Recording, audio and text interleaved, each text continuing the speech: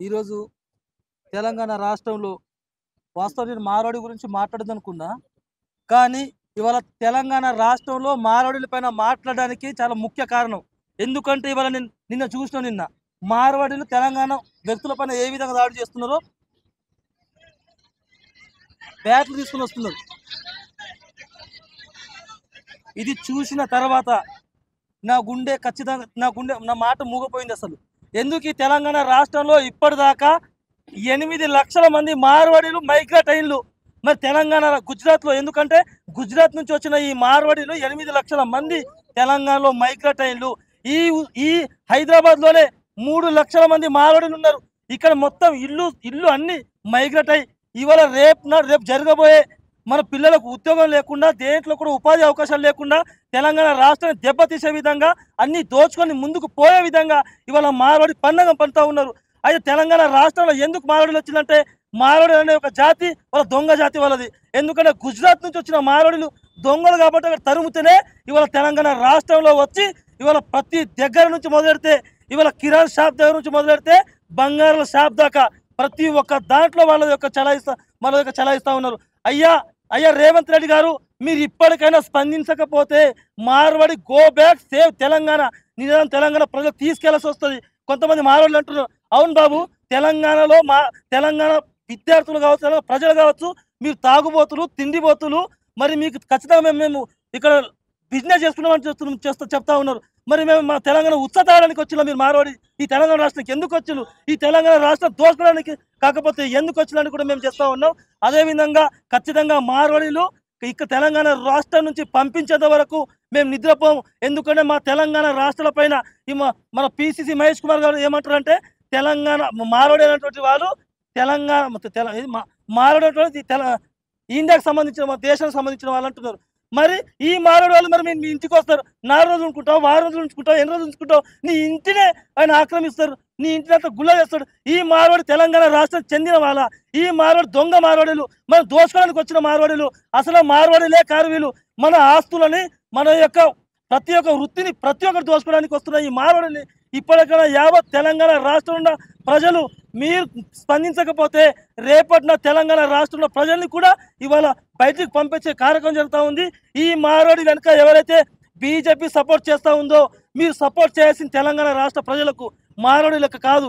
కాబట్టి తెలంగాణలో ఉన్న మార్వాడీలు మన తెలంగాణలో మార్వాడి ఖచ్చితంగా మేము తరిమి కొడతామన్నట్టుగా సందర్భం తెలియజేస్తా ఉన్నా. ఈ చిన్న అవకాశం ఇచ్చింది. Thank you. ఇప్పుడు డిఎస్ఏ స్టేట్ సెక్రటరీ మన గణేష్ మాట్లాడాల్సి ఉంటుంది. ముందుగా ఇక్కడికి వచ్చిన మీడియా మిత్రులకి, ఈ సమావేశాన్ని ఏర్పాటు చేసిన ఉస్మానియా యూనివర్సిటీ నాయకుడు, ప్రజాస్వామికవాది, మార్వాడికి ప్రత్యామ్నాయ ఆలోచన మార్గంతో మార్వాడీలు అనేటోళ్ళు ఈ రాష్ట్రం లోపల చిన్న పానీపూరి బండి తోపుడు బలంతో వచ్చిన వ్యక్తులు ఇలా రాష్ట్ర రాజకీయాలలో మీరు లేకపోతే వాళ్ళ ఆధిపత్యం ఎక్కడాక చేసిందంటే వ్యక్తుల మీద దాడులు చేసే పరిస్థితి వచ్చింది. మార్వాడి అనే వ్యక్తి కమ్యూనిటీ ఈ దేశంలో విజయమాల, చోక్సీ, చాలా మంది దాదాపు ఒక 29-30 మంది వేల కోట్ల రూపాయలు తీసుకుపోయి భారతదేశంలో బాగా బ్యాంకుల నుంచి అప్పులు తీసుకుపోయి ప్రపంచ దేశాలను వెళ్తూ ఉన్నారు. వీళ్ళంతా కూడా బ్యాంకులకు పంగనామాలు పెట్టి ఎగ్గొట్టి ప్రజల సొమ్ముని వేల లక్షల కోట్ల రూపాయలు తీసుకొని ప్రపంచ దేశంలో దానికి నాయకుడు అయినటువంటి మోడీ, అమిత్ షా డైరెక్షన్ లోపల ఈ దేశంలో నల్లదలం చేస్తా అని చెప్పేసి మోడీ ఏమో చెప్పాడు. కానీ తీసుకుపోయిన ఏ ఒక్కరిని కూడా తీసుకుపోయి భారతదేశ బాట దాటంలో తీసుకొచ్చే చరిత్ర బీజేపీ పార్టీకి లేదు. అదేవిధంగా ఇప్పుడు తెలంగాణ లోపలికి వచ్చినట్లయితే వీళ్ళు చిన్న స్థాయి బిజినెస్ నుంచి అది మొత్తం కూడా కల్తీ వ్యాపారము, డ్రగ్స్ కంటే చాలా డేంజర్ అయిన మాఫియా, మారుడు మాఫియా, గాంజాయి కంటే చాలా పెద్ద డేంజర్ అయిన మాఫియా గాంజాయి మాఫియా. వీళ్ళ వ్యవస్థ కూడా మొత్తం కూడా తినే తిండి లోపల చిన్నపిల్లల ఆహారం నుంచి మొదలుకుంటే, గుండు పిండి నుంచి మొదలు పెట్టుకుంటే మొత్తము పెద్ద ఎత్తున మాఫియాలలో కూడా మొత్తం కూడా అక్కడ ఏ ఇన్స్పెక్షన్ కానీ ఎలాంటి తనిఖీలు కానీ జరగకుండా అధికారులని, రాజకీయ నాయకులని, కొంతమంది వ్యక్తులను వాళ్ళే పెంచి పోషిస్తూ వాళ్ళు గులాంగిరి చేసుకుంటూ వాళ్ళు పెంచి పోషిస్తూ వాళ్ళకి ఫండింగ్ చేస్తూ ఉన్నారు. కాబట్టి ఈ మార్వాడి సామ్రాజ్యం మొత్తం కూడా తెలంగాణ అస్తిత్వం మీద, వాళ్ళ పండుగలు, వాళ్ళ పబ్బాలు, శ్రీకృష్ణ జన్మాష్టమి అని చెప్పేసి లేకపోతే ఇంకా యాత్రలు చేస్తూ ఉంటారు.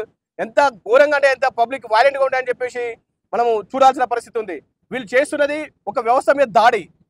అంటే మనువాద సిద్ధాంతం ఏదైతే ఉందో దాన్ని కాపాడుకోవడం కోసం మార్వాడీలు ఇలా రాష్ట్రం లోపల ఉన్న ప్రజలు తన సొంత ప్రజలైతే ఎవరైతే ఉంటారో ఇక్కడున్న ప్రజలు ద్రవిడీలు, ఆదివాసులు, గిరిజనులు వాళ్ళ కల్చర్ని మొత్తం కూడా దెబ్బతీస్తూ వీళ్ళకి ప్రత్యామ్నాయంగా మార్వాడి సామ్రాజ్యం మొత్తం కూడా విస్తరించిపోతున్నది. వీళ్ళు చేసిన దందా ఏదైతే ఉన్నదో మీరు చూడండి, ఏ ఒక్క మార్వాడి షాపులు కూడా ఇన్స్పెక్షన్ చేసిన దాఖలాలు ఉండవు.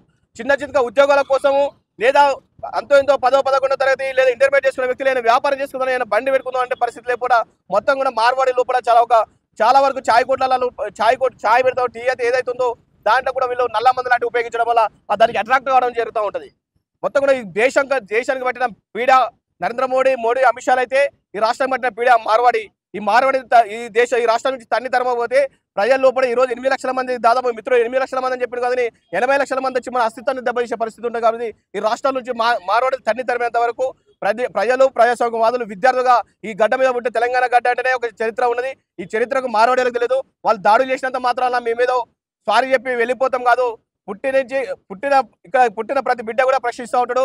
మార్వాడీలు మీరు ఏదైతే మీ గుజరాత్ లేదా రాజస్థాన్ ఎక్కడికి వెళ్తున్నాం, మేము ఈ దేశంలో జీవించే స్వేచ్ఛ లేదని మేము చెప్పము, కానీ జీవించే స్వేచ్ఛ ఉందని చెప్పేసి విధుల మీద దాడి చేసే స్వేచ్ఛ నీకు లేదు, అది కూడా నువ్వు కాపాడుకోవాల్సిన అవసరం నీ పైన ఉందని చెప్పేసి మేము హెచ్చరిస్తా ఉన్నాం.